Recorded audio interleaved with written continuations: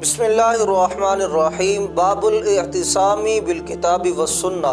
مشکوٰۃ شریف کے اندر ایک باب ہے کہ جس کا مطلب ہے قرآن و سنت کو مضبوطی کے ساتھ پکڑنے کا باب۔ اس کی پہلی فصل ہے الفصل الاول عن عائشہ رضی اللہ تعالی عنہ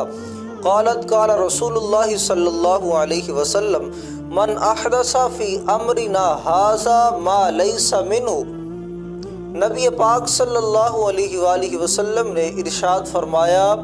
کہ جو بندہ ہمارے دین میں کوئی چیز ایجاد کرے جو اس دین میں سے نہ ہو فَهُوَ رَدٌّ، تو وہ مردود ہے۔ اب بدعت کی دو قسمیں ہیں، ایک بدعت حسنہ، ایک بدعت سیئہ۔ بدعت حسنہ اسے کہتے ہیں کہ دین کے اندر کوئی نئی چیز وہ ایجاد کر لینا جو قرآن و سنت کے ساتھ ٹکرا نہ رہی ہو بلکہ قرآن و سنت کے مطابق ہو، تو وہ جو ہے وہ سنت ہے، وہ اچھی بات ہے، وہ صحابہ کرام کی بھی سنت ہے۔ اب وہ صحابہ کی کیسے سنت ہے؟ حضرت معاذ بن جبل رضی اللہ تعالیٰ عنہ، مسند امام احمد کی حدیث پاک ہے۔ اب پہلے جو نماز کے اندر طریقہ تھا، صحابہ کرام رضوان اللہ تعالیٰ علیہ مجمعین جب وہ تشریف لاتے نماز کے اندر، اگر کسی کی ایک رکعت یا دو رکعتیں رہ جاتی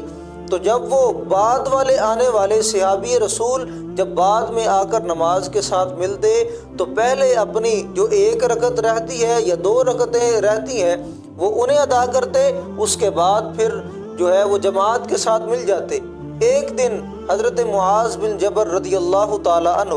آپ تشریف لائے تو نماز کے اندر ایک رکعت گزر چکی تھی، تو نبی پاک صلی اللہ علیہ وآلہ وسلم نماز کی جماعت فرما رہے تھے۔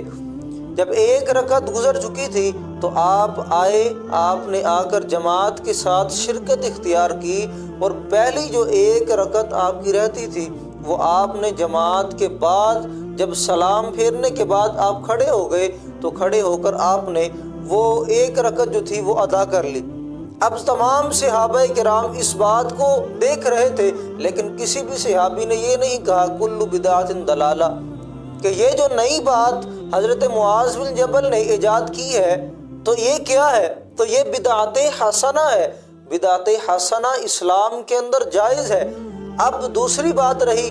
بدعت سیئہ، کسی بری بات کو دین کے اندر ایجاد کر دینا جو قرآن و سنت کے خلاف ہو، تو یہ حدیث پاک اس پر فٹ آتی ہے کہ جس کے بارے میں نبی پاک صلی اللہ علیہ وآلہ وسلم نے ارشاد فرمایا ھذا ما لیس منہ،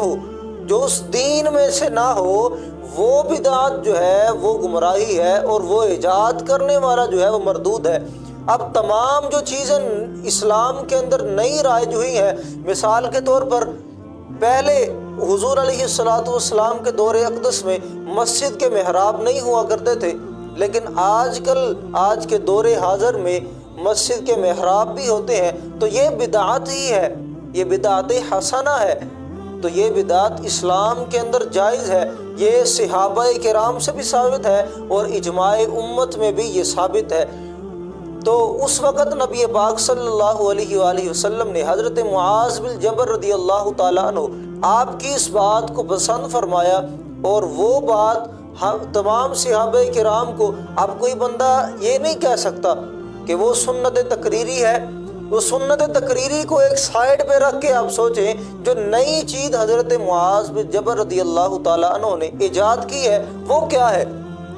وہ پہلے قرآن میں تو نہیں تھا، نہ احادیث میں ثابت تھا، نہ نبی پاک صلی اللہ علیہ وآلہ وسلم نے ارشاد فرمایا تھا۔ حضرت معاذ بن جبل رضی اللہ تعالیٰ عنہ آپ نے وہ نیا طریقہ ایجاد کیا تو وہ ہمارے لیے اب ضروری بن گیا نماز کے اندر۔ اب ہم جب نماز کے اندر شرکت اختیار کرتے ہیں تو اس وقت نماز کی جو پہلے رکعتیں ہمارے رہ چکی ہوتی ہیں وہ نماز کے بعد ہم ادا کرتے ہیں۔ اور نبی پاک صلی اللہ علیہ وآلہ وسلم کی حدیث مبارکہ بھی ہے من سن فی الاسلام سنتا حسنتا فلہ اجرھا، کہ جس کسی نے اسلام کے اندر اچھی سنت کو ایجاد کیا فلہ اجرھا، بس اس کا اجر جو ہے وہ اس کے لیے بھی ہے۔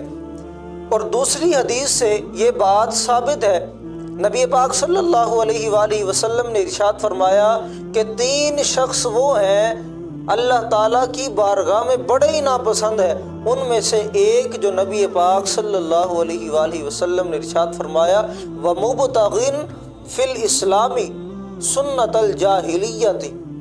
کہ جو اسلام کے اندر ایسی سنت کو، ایسی بات کو ایجاد کرتا ہے جو جاہلیت کی ہے، وہ اسلام کے ساتھ ٹکرا رہی ہے، تو حضور علیہ الصلوۃ والسلام نے فرمایا کہ اسلام نے جاہلیت کے طریقے کا متلاشی، جو تلاش کرتا رہتا ہے کہ دین میں کوئی نیا طریقہ ایجاد کیا جائے جو قرآن و سنت کے خلاف ہوگا، تو وہ طریقہ جو ہے وہ بدعت ہے اور وہ بدعت سیئہ ہے۔